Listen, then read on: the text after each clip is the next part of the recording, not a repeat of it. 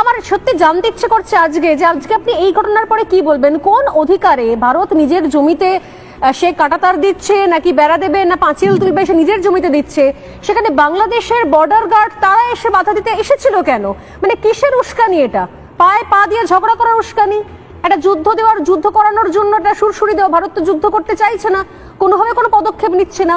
এটা কি ধরনের ব্যবহার হলো? এটা কি ধরনের পদক্ষেপ? কি বলবেন আপনি এটাকে? নমস্কার, আমি গর্বিত যে আমার বাংলাদেশে জন্ম হয়েছে এবং বাংলাদেশের বর্ডার গার্ড নিয়ে আমি সম্পূর্ণভাবে গর্বিত এবং আমি এই দেশকে ভালোবাসি।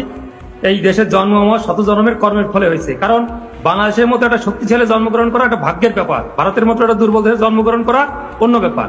বিমল দা যে বললেন যে আমাদের যে বর্ডার গার্ডে যেটা করছেন আপনি যেটা বললেন, এখানে সীমান্তে নো ম্যানস ল্যান্ড এবং 0 পয়েন্টের একটা ডিস্টেন্স থাকে, তারপর তার নিজস্ব জমি আছে। সেই নো ম্যানস ল্যান্ডে 0 পয়েন্টে আপনারা বেড়া দিতে পারবেন না। 2 তারিখ যখন বেড়া শুরু করেন তখন আমাদের বর্ডার গার্ডের মানে আপত্তিতে আপনারা যে বেড়া বন্ধ করছেন তখন ছিল সেটা 0 পয়েন্টে। আপনারা আজকে বেড়া শুরু করছেন, দীর্ঘদিতে কাজ চলছে, কিন্তু সেটা 0 পয়েন্ট থেকে আপনাদের সীমানায় করছেন।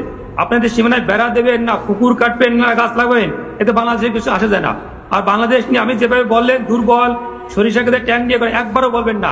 আপনার বয়স কত আমি জানি না, আপনি 2001 সালে আপনার বয়স কত ছিল? 2001 সালে আপনারা উস্কানি দিয়েছিলেন সীমান্তে।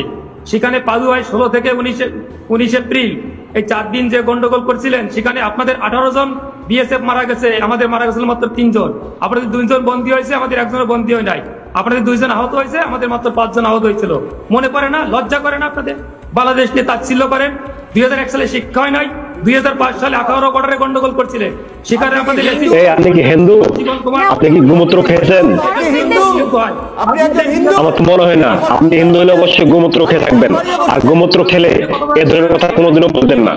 আপনি কি হিন্দু? আমার মনে হয় না। দেখেন